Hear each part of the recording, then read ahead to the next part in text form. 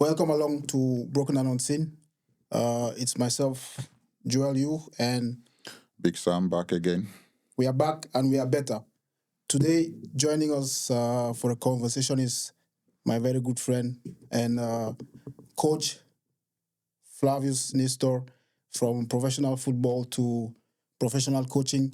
He's the coach, the fitness coach of one of the best teams here in Cluj, U Cluj. Welcome, bro. Thank you, guys. Thank you for having me. Today it's nice to see you. It's nice to have you. Today we are just going to jump into it, have a locker room chat. Here, as you know, on the Broken and Unseen podcast, we try as much as possible to bring you the best guests that we can. And today, my friend is in the house, and he's going to talk to us about his professional football career, how it all started, and how he transitioned from professional football into fitness coaching. And yeah, let's go. So, bro, just tell us about yourself. And I mean, we know, so, but for the sake of the people who will be watching, tell us a bit about yourself. And yeah. For sure, it's an honor for me to be here with you guys and speak about, let's say, that transition I did between playing football and now coaching in first league staff of a professional football team. Yeah, I'm doing all right.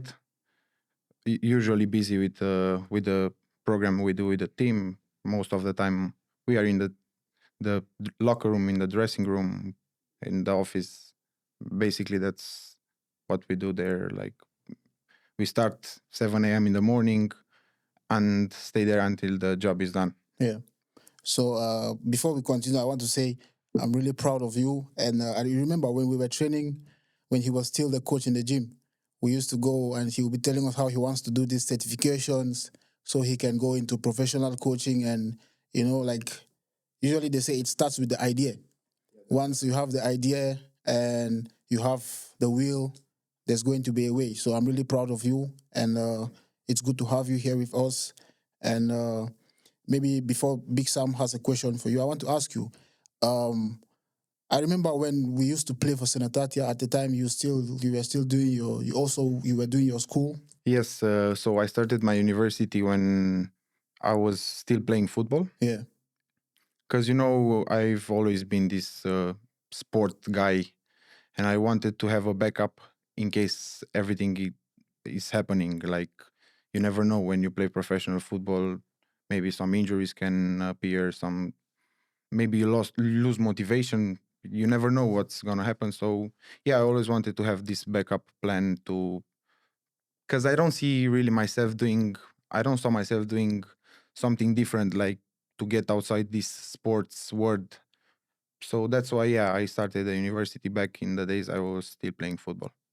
okay. Like, do you think, like, we've had about 3 guests now on the podcast, and we are always asking, like, do you think it's a good idea to have a plan B as a professional? If you want to play football, do you think having a plan B might make you probably not to focus 100% on the job?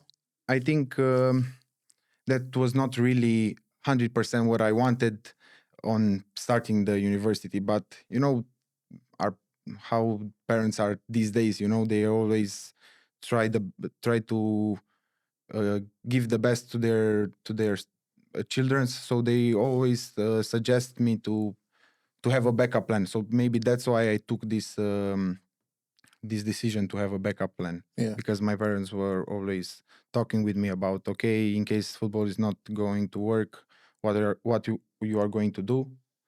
So yeah, I took their advices, and now I think they were pretty good with It the paid off. assumption. Yeah, they Yeah. did. Yeah. Thank you very much for coming here, Nistor. Or should I call you coach? I don't even know anymore. It's nice to see you again. yeah. Thanks.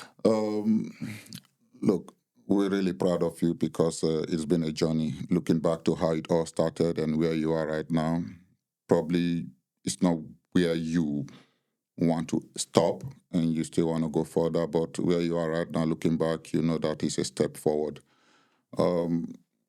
Before I ask the questions, I would like to ask you, because when you ask people this question, like, how are you? They just say fine. But I'm really going to ask you, how are you?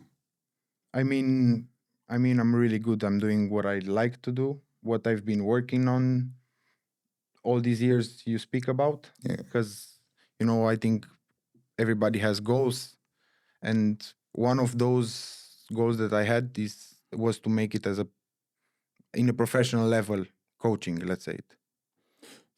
So you've always, at least, if not football, coaching. But when you were playing, at some point you were also doing fitness program. You were training people at the gym, helping them to keep fit. Not even necessarily football, Yes. fitness generally. Did you, at some point, knew it that if football doesn't go well, I'm gonna be a coach someday? Yes, for sure. Because, like I said to Joel before, I always was this kind of sporty person. I wasn't seeing myself doing something outside this area. So yes, uh, in my mind, I always knew that I have to stay in this area of work. Actually, that's why I took this journey. I Yeah, started this journey. I asked that because I remember when, if you remember Jojo Lama, Joel, Yes, yeah. yes. Lama. So when you were playing with him, and I saw when I came to train with you guys once in a while, I saw that the coach always let you do lead the warm up, the stretching, and you led very very well. So in my head, then I thought, okay, this is not just a fitness. It's not just keeping people fit anymore. I think he have a plan for this. So when I saw you doing it and asked question, I even asked Porum. And we're like, yeah, it has been a lot of work, a lot of certification, and you did it. How was the journey? I know you were doing what you like, but was there a point whereby it become a bit discouraging, thinking that you're not getting what you want or what you deserve? Like, So, because I've been asked before if I regret quitting football, I think I always strongly believe in God's plan, and I think every step that I did with playing football in my young years, starting to work in a gym as a personal trainer, improving myself with a lot of courses that I did, certifications, stuff like this, it helped me to be the coach that I am today. Because, in my opinion, nowadays to be a strength and conditioning coach in a football club without ever playing football, it's very hard to do because you have a lot of work that has to translate into the pitch. yeah. So that's why I think every step that I did was very good for me to be where I am today. So in other words, everything you've been doing from probably when you started playing amateur football, you've always been preparing yourself for what you're doing today.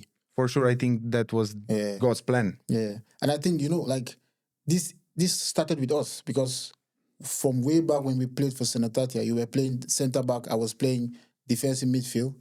Every time he was Joey, Drapta, Joey, Stinger, Joey. Like he's always been vodka. Yeah, he's always been that leader, that coach. Like he always had it in him, And even when he stopped playing, like when he left Senatati and we went to train with him at the gym, you could see like he had that passion, So I believe like you being a fitness coach today for U Cluj is not a mistake. For sure, I think the same. Yeah. It's like I've been telling you. I think, like I said, God's plan is way bigger than what we think about that we want to become, Yeah. And all the actions that lead me here, they felt quite, now that you speak about them, they felt quite good, like step by step taking it. Some people could thought that I'm having some kind of, let's say, talent in this coaching area. Yeah, I think I am now where I'm supposed to be. Yeah.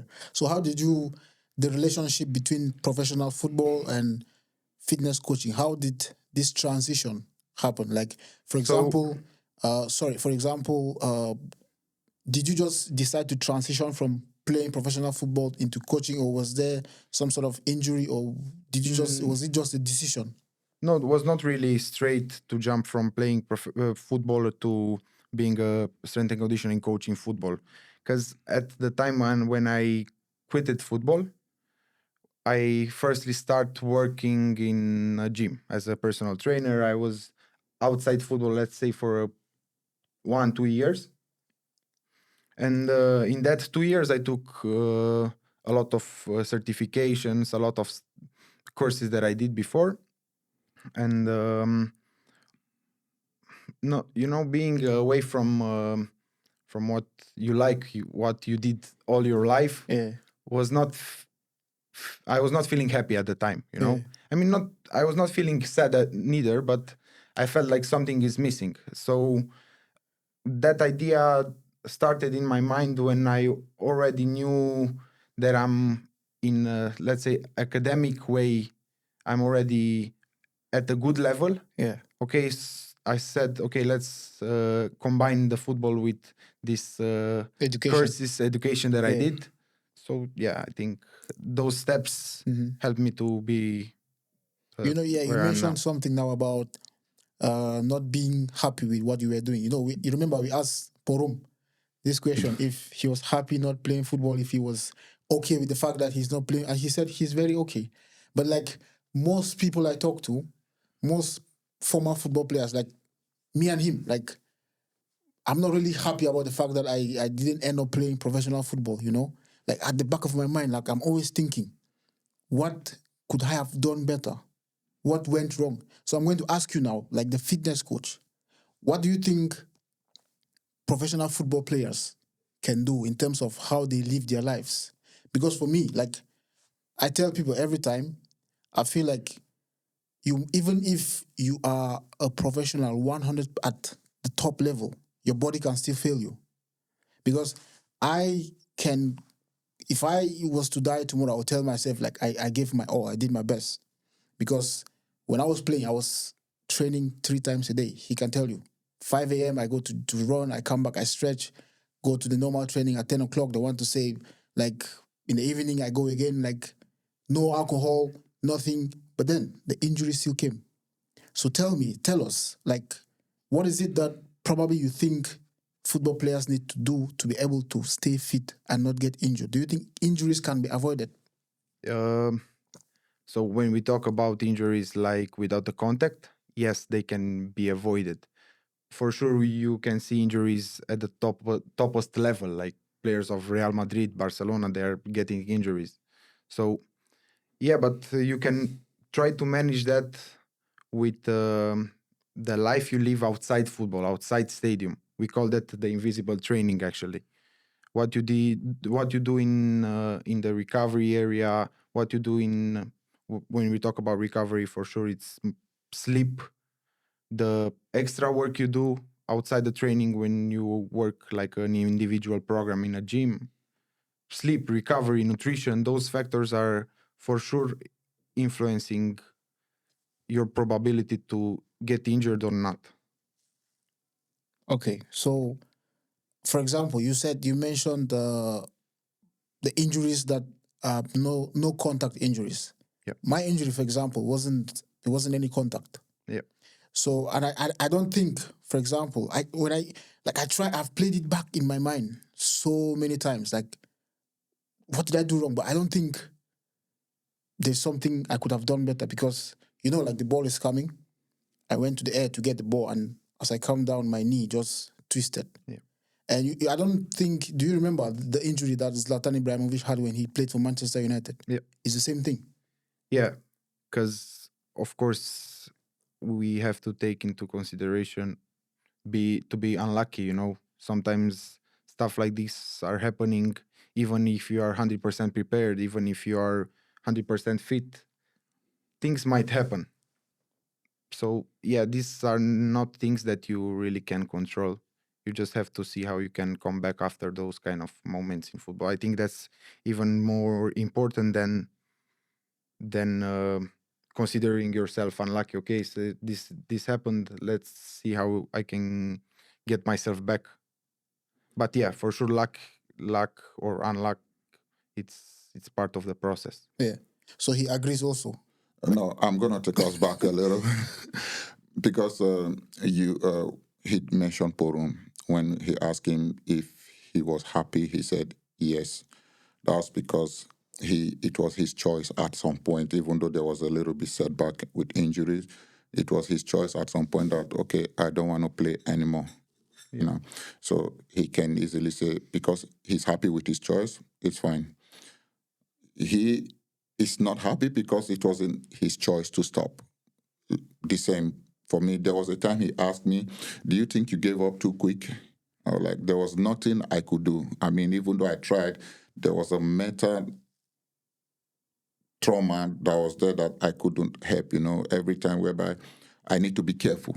It was tender, and after two setback, I every time I step on the goalpost, I had to think twice, either to go on an area ball because one of the injury was one-on-one contact with the foot.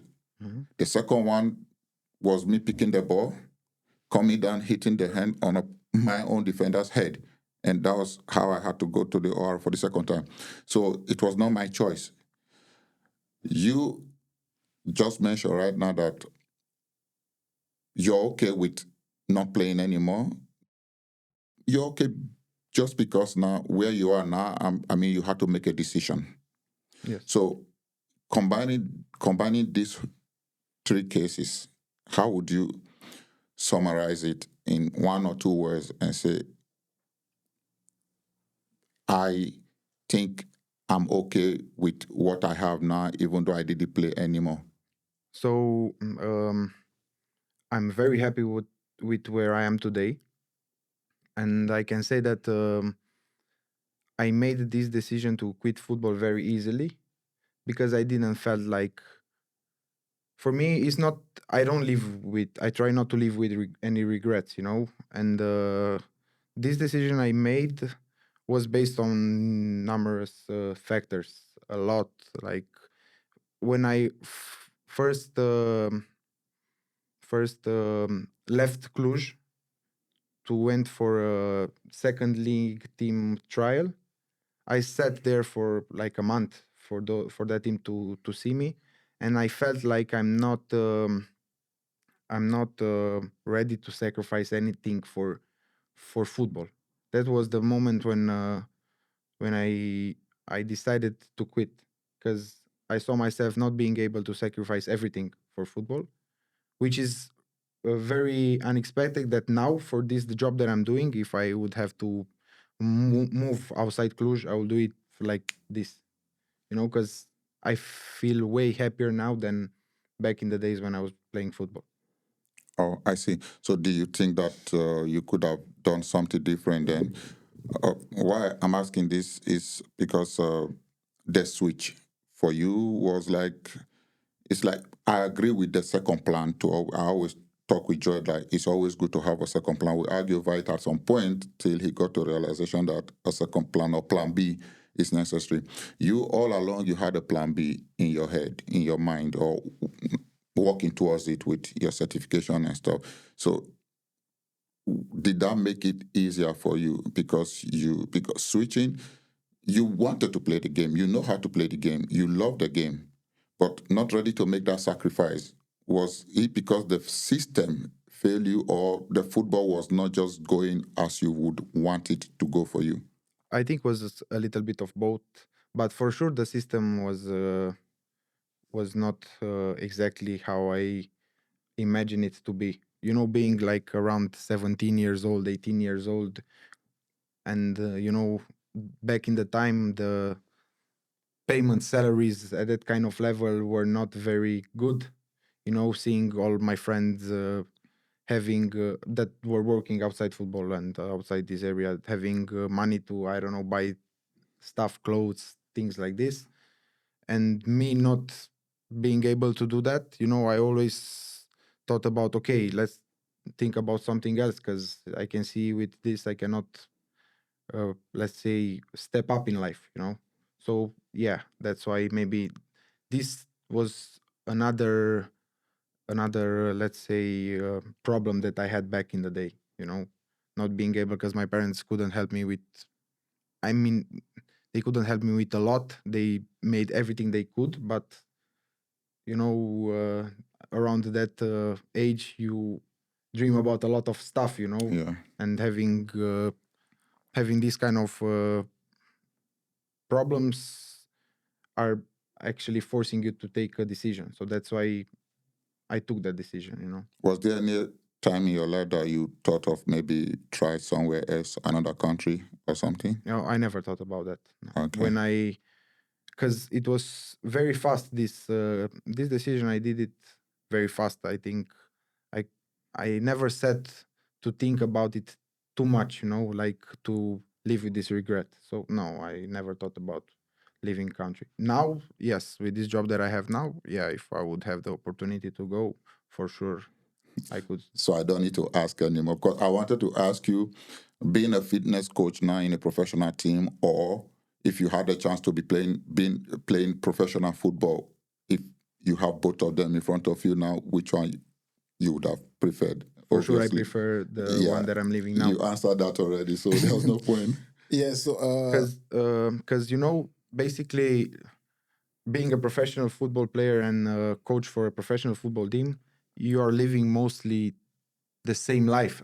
You only do the outside work you do differently, but the program is almost the same. You always go with the team. You always have the same schedule. Even sometimes you work more hours than the players. yeah. Yeah, Because you have to prepare for the training everything. session Yes. every day. Yeah. And anyway, so talking about like you transitioning from playing football to becoming a fitness coach. So can you tell us like what are some of the things you like about your job, and what were the difficulties for you adapting in the beginning to the new job? So I think what I found the most difficult thing in this job was the, let's say, human part, because all of the coaches, or most of the coaches these days, they have the information, they have the knowledge. That's the easy part of the job. The let's say soul part is the hardest one. Man management. Yes, where you create connections, relationship with the staff you work, with the Yeah. players you work, with the head coach, of course. I think that's the tough part of this job. So how is your relationship like with the players and the coaching staff? I mean, in a coaching staff, now in the coaching staff that I am, we are 7 people plus the head coach. Yeah. There is a one technical director. I think, yeah, 2 assistant coaches, 2 fitness coaches, and 1 goalkeeper coach. Yeah. Yeah, for me, they're all. I'm the youngest one in the group, and they are all amazing people. Yeah, I have a very good relationship with them. Of course, it's normal to have like discussion in some ways in some contradictions, but we manage all those, and we have very good relationship at all. And if we talk about relationship with the players, you work with 30 different characters, for example. So you need to find the balance and the way to approach each one of them, because some of them are harder or more tough in the personality way. Some of them are softer, let's say it. Yeah. So yeah, you're actually that's why I said it's the hardest part, because you have to adapt for all those players. Yeah. And like the coach, the goalkeeper coach of U Cluj, you remember we traveled with him to Poli with what's his name again? The goalkeeper coach right now is Florentin Radulescu. Yeah, no. How many of them are there? How many coaches? There's one. He's very one. tall. Yeah, he's not very tall. I think probably he left because It's not I remember. The one, I was thinking about the one we drove together to Poli. He was. It's not the one. At some point, I think last year also he was the goalkeeper coach of U. Yeah, I saw him. You make mention of being the youngest among the coaching staff. That lead me to one question. I always have this in my head, because now with the modern football, you see a lot of young coaches. I always ask myself, because at 27, there are players right now taking U Cluj. The captain of U Cluj, he's around 36, 35. Something around like that, yeah. And I'm wondering, how's how do you build a relationship with them? Because they are different age groups and they always have different personality, like you said. And how does that feel to be the one leading this fitness program, knowing that most of them they have more experience, younger and older and stuff like that? Like, do you feel like they listen to you? Is there a difficulty with Yeah. that? So as you know, they are professional football players. They have to be professional. Yeah. So yeah, I think if you know what you are talking about, and they see that you have a lot of trust in what you say, and moments when you lead a training that you're sure for what you're doing, I think that's the first part, when you win their trust in the technical way, let's say it, when you look like a professional, when you do the things properly. That's the first part of the trust you build with the players. And after that, of course, uh, we are there in the dressing room a lot of hours, so we build personal relationships as well. Yeah. So that's, I think, That led me to two. At the beginning, did you feel some sort of pressure? for sure, because I mean, not, I would not call it pressure, but I made this step from the U Cluj Academy to the first team very fast. And, you know, 2 years before I went to the first team, I was coaching young ones. I mean, not very young, they were 17, 18, around there. But I think the way you approach young players and professional football players that are already grown adults, it's a little bit different. Yeah. Yeah. So, like, probably, let me say, like, the pressure, it doesn't necessarily have to be from the fact that you're the fitness coach of Universitatea Cluj. Like, did you put pressure on yourself to, like, To let me say, deliver. to deliver? No, because I always try to have confidence in what I'm doing. Yeah. I mean, I study a lot, so when I'm in front of them, I know what I talk about. So that's why I don't feel this kind of pressure of I don't know, delivering bad informations, for Yeah. example. So, okay, give us a glimpse into what you do. Like, how is your typical day as a fitness coach of a professional football team like? So the technical stuff, we met around 2 hours before the player came in.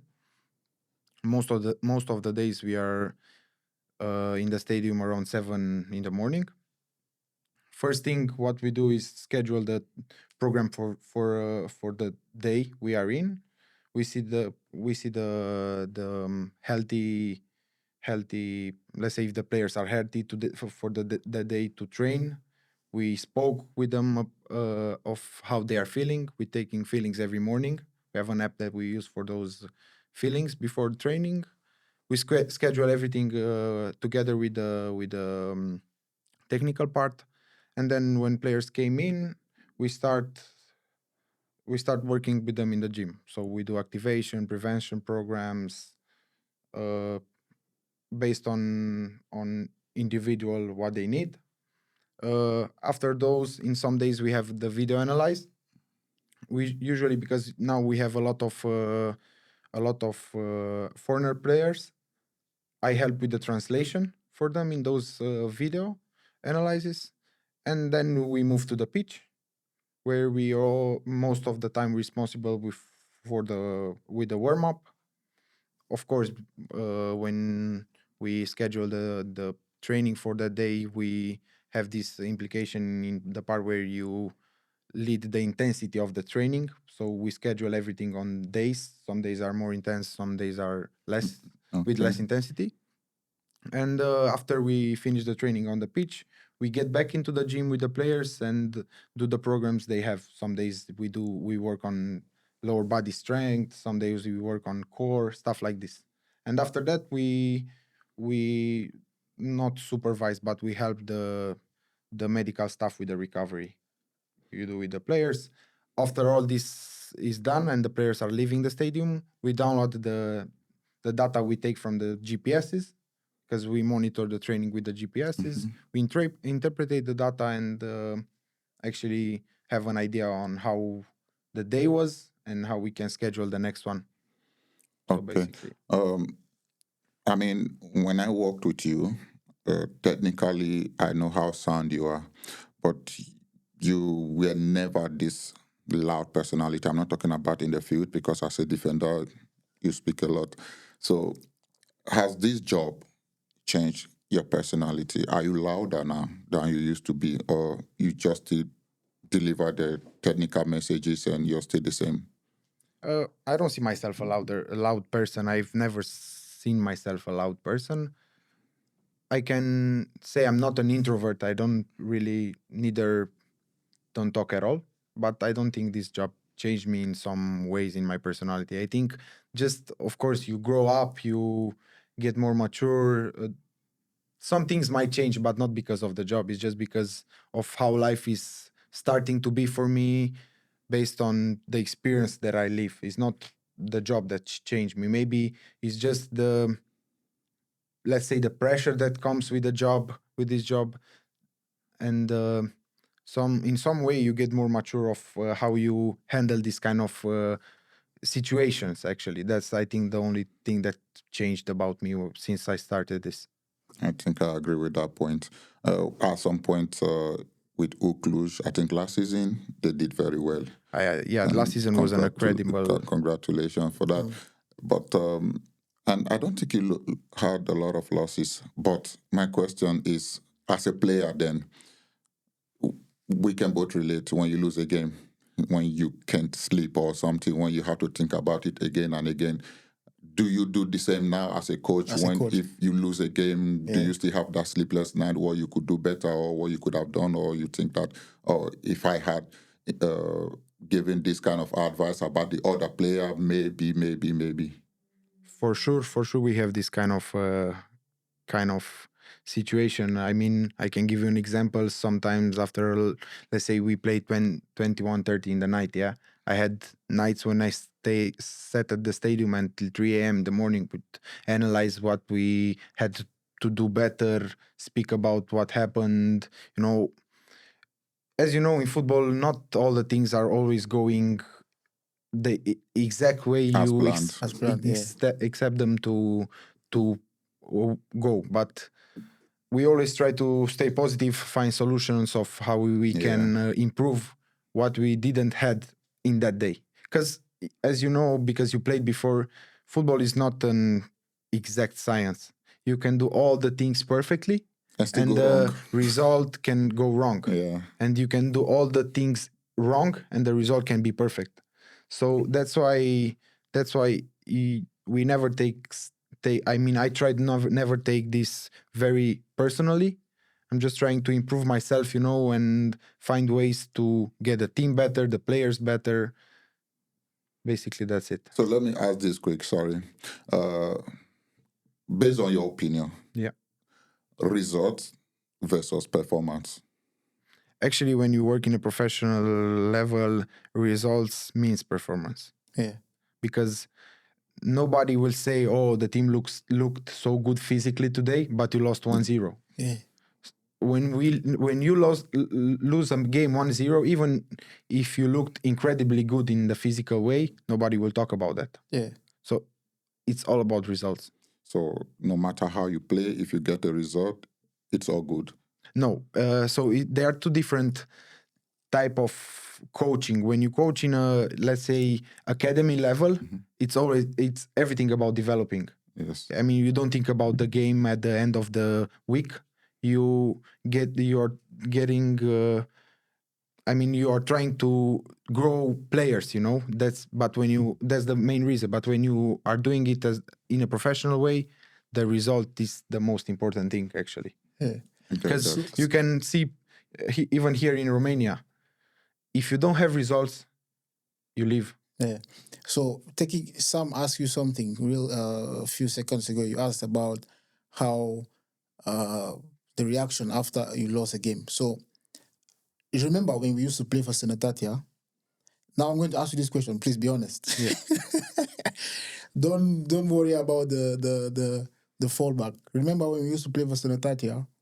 When we lose a game and we go into the dressing room, usually you hear the senior players. Yes. Even if they made the mistakes that lead to us losing the game, they will start pointing fingers to us, the younger ones. And you hear chu. Is it the same? Because I haven't played I haven't played League One, but I have played League Two and League Three. And somehow at the lower levels, we experienced this together. So you now in the dressing room, in the professional setting, is it the same? When you lose a game, do the players like point fingers at each other like they used to do when we played for Sanitatia? I don't think pointing fingers is the exact thing what's happening, but for sure the experienced players are those who are taking the discussion in. They are the ones who speaks more. Yeah. So yeah, I think the experienced one. I mean, even if you think about it as a fact, I think it's the correct way for those ones to speak. So yeah, I cannot say it's happening like to point fingers and try to find the guilty ones. It's just as a general, in a general way, the experienced one are speaking more. Yeah. Because I remember like when we used to play for Senator, you remember there was a group. Yeah, for sure. I will not mention people. Okay, why not? But no. There was a group of like senior players in the team. Don't worry, who always had to play. Like no matter if they come to train or not, no matter if they did well at training or if they did poorly in the previous match, they had to play. And those of us who were coming to training every day, putting in the work every day, even when we go to the games, and they are the ones who make mistakes and we lose. When we come back in the dressing room, it feels like it's because of us, the younger ones. Yeah, but now, okay, so let's see. I think if I get what you're saying rightly, the approach is what making the difference. Yes. Because so this kind of approach is what I'm going to ask. Is it trying to motivate the younger players, like, you need to go strong, you need to go stronger, or they just swearing? Because we used to it here in Romania that every little thing it's swearing, but maybe not directly, but indirectly. And the younger ones is feeling guilty that he might be talking to me, even though he's not mentioning him. Or it's a different approach. Or someone considered a goal. Like I know for a goalkeeper who wants a clean sheet so badly, and at the 90th minute he considered a goal. He will go to the dressing room, lamenting, swearing, but probably not mentioning a name. But if a defender is guilty for that mistake, he'll probably look at himself like, damn, he's probably talking to me. But he won't feel it much as he will feel it in a lower league because of the approach. Does that make the difference? For sure, swearing is not one of the things that are happening in our dressing room. For sure, they are not. But yes, sometimes I think, like I said before, there are 30 different personalities. Some of them liked to be or prefer to be approached in a slower way, in a quieter way. But some of them, can handle the shouting and stuff like this. It always depends on who you speak with, actually. Okay. So, okay, like moving forward, what do you think are some of the important values that as a professional football player, as a fitness coach, like in this profession, what do you think are some of the important values that people should have? I think some of them are obvious, like to put in the work ethic. But I think your capacity to handle the bad moments, the suffering, the moments where you are not playing at your best level, these kind of situations can make a difference, I think, for me. So your capability to handle suffering, it's suffering at it's always, when you talk about suffering, it's not only that you made a bad game, it's about in suffering in the training, your capacity to train at max level when you need to train at the max level, things like taking everything outside the pitch very seriously. I think those kind of moments are very important. And I also think that's where like your mental strength as for sure a professional comes in. Mental is, I think, okay, because I'm in the position of a fitness coach. we speak more about physical part of the football, but I think the most important part is the mental. Yeah.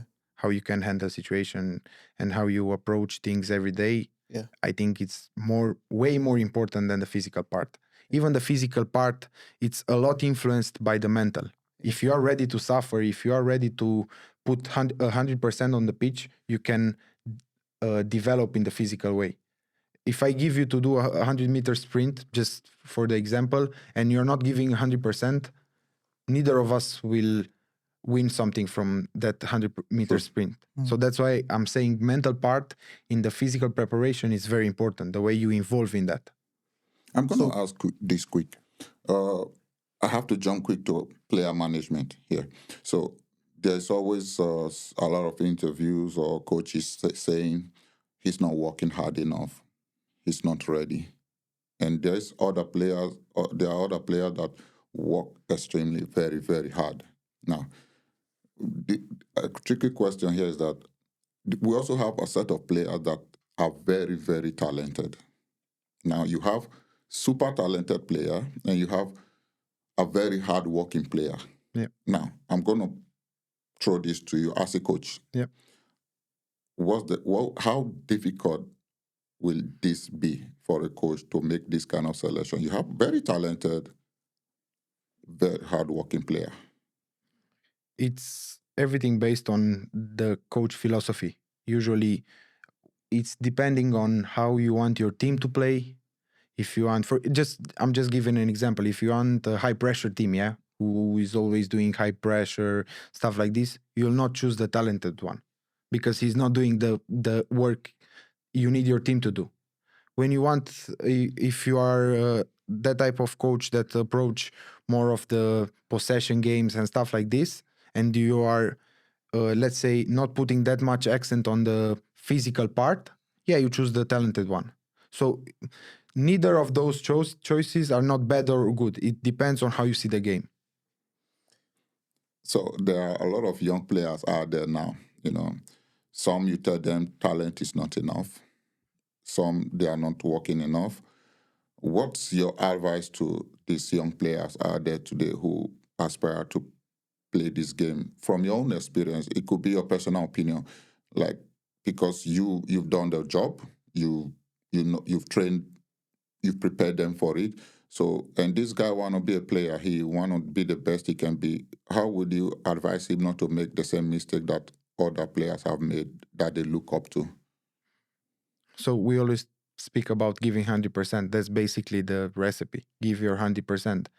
That, of course, like everybody says, talent is not enough. I agree with that because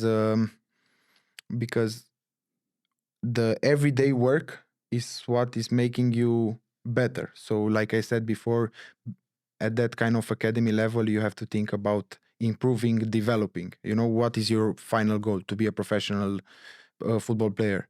So when you want that with all that you have, you give everything. Not only in the pitch, not only when you go to the training, not only when you are training extra work. You have to take care of what you eat. You have to take care of your sleep. You have to take care of your recoveries, your nutrition, everything. So yeah, in my opinion, talent is not enough. Your capacity to handle this, to have this hunger, actually, it's, I think, an important thing if you want to become or to make it as a pro. So, adding to, Sam mentioned something about mental strength earlier. Yeah. So, I told you when we were talking, I said the reason why we started this podcast, one of the main reasons is because we want to create awareness to probably the younger generation who are coming up now. And we want to also give a platform for guys like us to come sit here, let's have a conversation, share their experiences. And both of us have had pretty bad experiences when it comes to injuries. For example, when I had my injury, I was playing for Metaloglobus in Bucharest. Mm-hmm. So instead of them to take care of me, they canceled my contract, paid me off, sent me away. So pretty much I took care of myself and Senatatia helped as well. And that's where like mental strength comes in. I remember I was in my apartment in Bucharest for a week. None of the players who I was basically with every day messaged me or called me to ask, like, how are you doing? How are you faring? Just the coach and him and some of my friends. So, what's your advice to players? Like, do you think players should probably be mentally prepared for situations like this? Because I wasn't prepared mentally, even though he had been preparing me because he had the experience before me. He had already gone through 3 surgeries. I went through 3 surgeries myself, but I still wasn't prepared for it. Every time we were training, he would be telling me at any point it can happen. You have to be mentally prepared for it. But I wasn't. Because in my mind, I was like, this is the only thing I'm focused on doing. Do you think like probably the people who are in charge of football should, I don't know, have like, what can I say, like seminars or times where like professionals just come together, have talks, like try to find out how are the players doing mentally, like, or do you think it's important to like probably prepare the players? Like, do you think now you are a coach? Yes. Do you think apart from like just going every day, having training sessions, going to the gym, stretching, do you think there should be probably like 30 minutes of every day or 1 hour position just to like train the players, talk to the players? Do you think this is important? I think it's a very important thing because you can see nowadays a lot of teams are having a mental coach. So the football is improving on that side because more and more teams they are hiring mental coaches who are basically all the time with the players. They have individual discussion, group discussion. Uh, Basically, that coach is teaching them how to handle moments, bad or good, because like you said, a lot of players are they don't know how to handle bad moments, but neither they don't know how to handle very good moments. I think nowadays the football is improving on that side, on helping the players manage the mental part with these new like I said coaches that are coming in, mental coaches Yeah. actually. Because when you look at players like this guy who played for Arsenal, Diaby, Diaby. who got injured, he was a promising talent. He was tipped to be the next Patrick Vieira. When you look at this kid who played for Chelsea, Charlie Musonda, I don't know if you know him. Like because of injury, he retired He retired very few early. months Yes. very early. Like Yeah.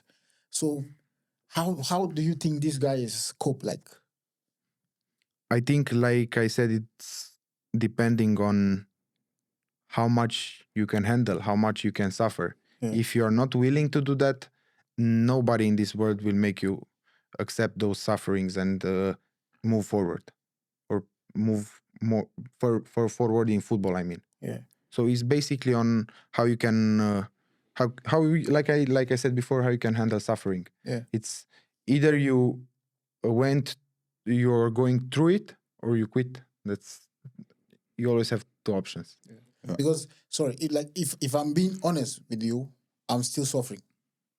Like sometimes I sit and I tell myself, okay, I've accepted it, but other Back in your times, mind, it's always there. yeah, I Yeah? feel like I'm still suffering, you know.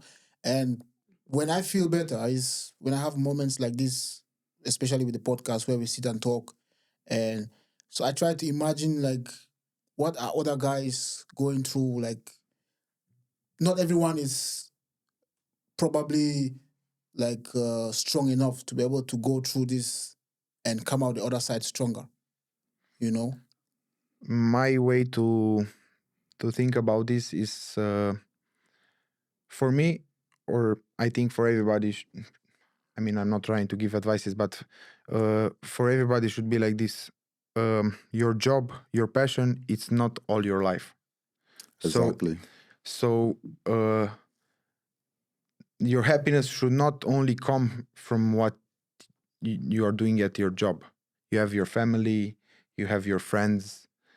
I think you're being with the family and with your friends, living life, let's say enjoying life outside your work, it's a way that you can disconnect and recharge. Actually, for me, I think even when you are a professional football player, if you have this part of your life very good put together, you can perform better.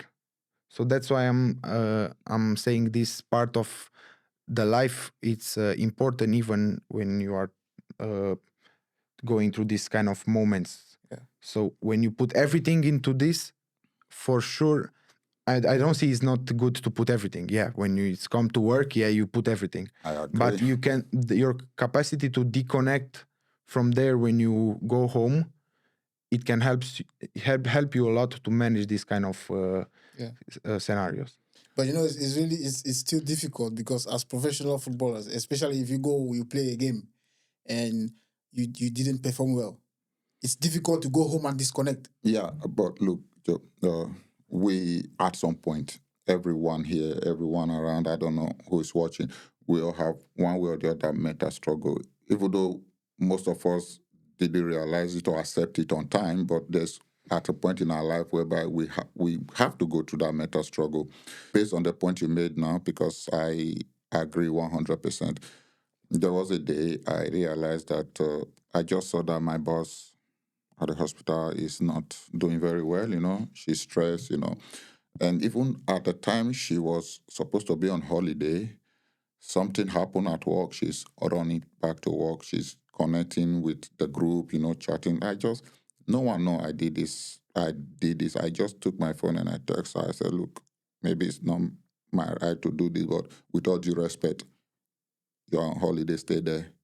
The work will not run away, just disconnect, you know and she replied with thank you and a heart emoji. I don't know why I did that. I don't know what pushed me.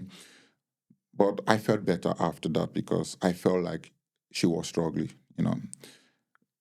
That lead me to what I want to ask you, because this is Broken and Unseen podcast. There's always one thing inside us that broke that nobody knew about. So at some point in your life, things might be so going well now, not perfect, of course, might be going well as you want it. But was there a point in your life whereby that point in your life whereby you felt broken, or you felt like you had this meta struggle, or things didn't go well as you probably planned it at some point, that no one probably, maybe not even your girlfriend, knew about? For sure, we all have these kind of moments. Those moments are the moments that I prioritize my relationship with God. That's why I said I'm a big guy on that, on God relationship. So yeah, in those kind of moments, what I do is I prioritize my relationship with God, and it's always working for me. Having those conversations, and yeah, like I said, this connection and getting closer to closer with the ones you love, I think can help you a lot to manage those situations. But do But you have any, like, just give us something, like, for the sake of the audience, like, okay, this is what I went through at some point. You don't have to share details if you want, but I mean, for the sake of people who might need it, who might have gone through similar, just to throw some one or two advice, and say, okay, God is the ultimate. I totally agree with that. But hearing it from another human being, might understand that whatever I'm going through might not be the end of the world. I can always get through this and I will be okay. But if you can just give them some examples, just share some light to it. yeah, for sure, I had these moments back in the days when I was younger, because I moved from home when I was 14 years old, I think, when I made my steps here in Cluj with the uh, academy level. For me, leaving home was not very easy, actually, because I've grown up with my parents always close, having everything that I needed. And at the point where I felt like I will not continue playing football, I had this just some disappointment in me that I mean, I couldn't do it. Like, I was not able to do it. But like I said, the opportunity that showed up helped me to manage this easier. But for sure, I have moments even now in my job when things are not going very well and the pressure is on us, the coaching staff, and when things are not going well, and everybody, because we have a lot of fans in U Cluj, and pressure, it's even from those fans. Sometimes you feel like, okay, maybe you do things not in a correct way. You feel like you think about where you did wrong, what you can do better, stuff like this. They are, let's say harder to manage. For sure, I have moments like this. Thank you very much for that. So, there's a popular saying that when the team wins, bravo to the players. When the team loses, the coaches are shit. You know what I mean?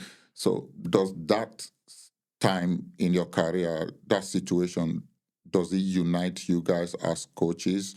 And does it improve your strength together to work even more together to get a better result, or it just furtherly made everyone to tear apart individually? How does that work? For sure, having a trust relationship between the members of the staff is very, very important. Yes. So in those kind of moments, we gather up because we think about it as a family, together with the players. It's not because there are not two different sides, it's just, we try to be all together, the coaching staff and the players. We are not separate ways, so yeah, we gather up, we always try to gather up and find solutions to pass the hard moments. Yeah, for sure, the relationship with my colleagues gets stronger in the tougher moments. Yes, I'm glad to hear that, because it's usually what every colleagues or team needs, and at that point, the players sometimes, because there's this superstition on media or something, when something is going wrong in a team, you start to hear a wrong agenda that the players are not playing for the coaches anymore. Is there a situation like this that you think that the players don't want to play for the coach, or it's just not working? Not necessarily for U Cluj in general. Generally. Yeah, I cannot say that it happened to us, because we have a very good relationship with the players. For me, it's hard to say that this is true, because I think any professional football player is giving his best, and because we all win and lose together. When me as a coach I lose, you as a player you lose as well. Yes. And when we talk about winning and losing, your careers are in the game.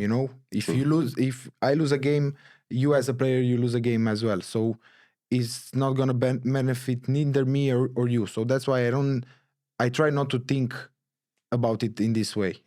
So let's just agree that it's a very wrong narrative, which saying that players are not playing for the coach because their career is also on the line, correct? Exactly. So I don't Thank you think very professional. much, Nistor. Appreciate that. So, like, what's the best part of your job so far? I mean, I think helping players to get better, and better in all the ways that you possibly can. I think that's actually you build relationship, human being relationship with those, and that's the main reason, helping them to be better. Yeah. And what if you were to advise, if you were to give advice? So if you were to go back now to training on the 16th or on the 17th of U, and you were to give them an advice and like how they can develop better, how they can become better professionals, what would you say to them? I that think you forgot to say when you were there. Yeah. I think is main thing to say is focus on developing. Like I said, always getting everything, put everything that you can to develop, get better. educate yourself in all of the ways that an athlete should educate himself. Learn about extra work in the gym. Learn about recoveries, sleep, mental work. Teach yourself to manage situation mentally. I think those factors can make a difference in becoming or not a professional. So my last question will be like, what do you think can be improved? Like, if you want to compare Romanian football to football in, like, we watch the Premier League, we watch Bundesliga, the Champions League, and what will you say, in your personal opinion? This is just your opinion. We are having a conversation. What are some of the things that you think can be improved? Like, or what are some of the things like the people who are in charge of football can do to make the football more attractive? Because when I left the airport and I was coming out, the taxi driver, we got talking. Like, I was telling him, like, I'm late because he's already here and I'm rushing. And we talked about the podcast and I told him everything. I used to be a professional football player. And he told me he used to be a fan of U Cluj back in the day. He was even one of the ultras. But he said to me he doesn't fancy going to watch the games anymore because football is not how it used to be back in the day when Jika Haji and the rest were still playing, you know? So what do you think? Like, I asked him this question, like, what's the difference? And he said back in the day it was more interesting to watch, and Romania was going to the World Cup stages. More passion and yeah, stuff. the passion was there. So in your opinion, without sounding in a way to get yourself in trouble, what do you think can be done to make it better for people to come back to the stadium per se? So of course I see the game in this physical point of view. So I can give you just an example. I saw some physical data from Premier League last week, first week of Premier League, and I saw, for example, Soboslai from Liverpool. Some of his physical data. He did 525 meters of maximal sprint. Think about it like this: in Romania, we do around 100 something. To do 500 meters of sprint as a center midfielder is incredible. So I think the rhythm of the games are way higher than what we are used to play here. So now, in improving things, I can say that the rhythm of the football have to improve. I think the rhythm, the fast play you can see on very fast transitions, those kind of moments of the game are eye catching. Yeah. Okay, it depends on how you see the game. Some of you might like it with more possession games and stuff like this, but every year the football is becoming more demanding on the physical part. You see players doing more sprints, more accelerations, more change of direction, a lot of more dynamic in the team blocks. Like you can see, for example, Tottenham, who's defending in the other side of the pitch on High block. high block, exactly. So a lot of these things are making football more enjoyable, more fun to watch, actually. Yeah. So what does the future hold for you? I think, like I said to Sam before we started this podcast, I don't see myself settling here. I mean, I always have, we all have goals. And I think being satisfied with what you have now is a wrong way to approach things. I want to develop.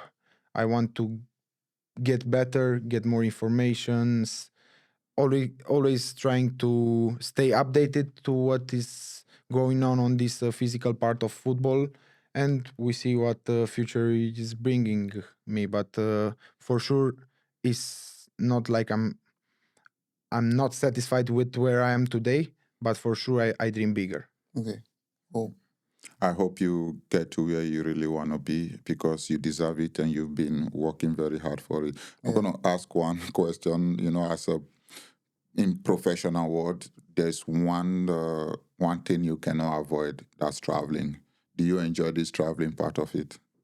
For me, because it doesn't affect my my work, is not a big deal. I think for players, traveling can affect their performance sometimes. Yeah, that's why we schedule very good the things. When we made a microcycle, for example, for 1 week, we are very we pay attention on those travel parts. How many days before a game we departure, stuff like this, that are important in a performance way.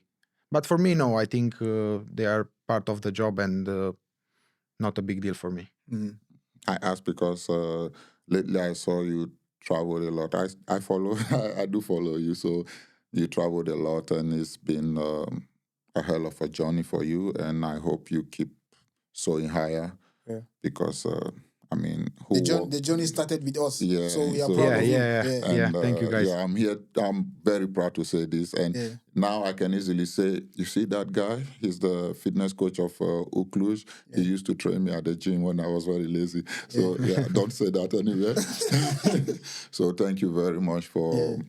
being with us here, and we hope we'll have more story and we'll have you back here again. Yeah. Thank you guys for So having me. we are proud of you, man. Like really, and I appreciate it. Thank you. if we promise the audience that we will bring the best guests here, and so far this is one of the best conversations we have had, and you've taught us a lot, and I believe when the episode will be released, a lot of people will watch and learn.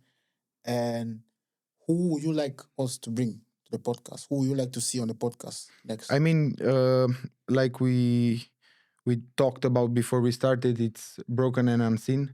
So I think giving this opportunity to people that didn't make it yet at their best, let's say it, for sure they have something to say. For sure they have informations to help you with. So I think you guys can find people who can say something important without being actually at their top level yet. Mhm. For sure, young coaches like in academies, like a mental coach, because we talked about, and you can get more into this area of mental training and how things are approaching. Because okay, for me, we didn't went into this technical part of physical preparation a lot, because maybe the viewers are not used to the technical Details, yeah. details, that we Mhm. can talk about data and stuff like this. Mhm. Yeah, but it was a pleasure for me to be here with you We guys. really appreciate you. Thanks for coming here, and I want to say that also for the audience, that this whole thing, the whole package here is all about healing, improving, and aspiring to be better. Yeah. Because I personally, my healing journey from all the brokenness, from all the trouble of not able childhood, everything, my healing began when we started to talk on this podcast. So having you here also is also a sign that we are in that direction, Yeah. to also extend the healing to everyone that have been broken. And your presence here was really valued. Thank you very much, Thank you. Nistor. Thank you, guys. Thank you. And before we go, we want to take this opportunity. I don't think, did you see on the YouTube channel we had last week 100 subscribers, and so I want to thank everyone who has subscribed. This morning I think we were at 116 subscribers or so. So guys, thank you for joining us on this journey. Keep on sharing our channel and keep on subscribing. We promise to bring you just the best guests. And it's been myself, Joel, and Sam, logging up. Nistor. See you on the next one. Voilà, t'es DJ Clip. Shelele.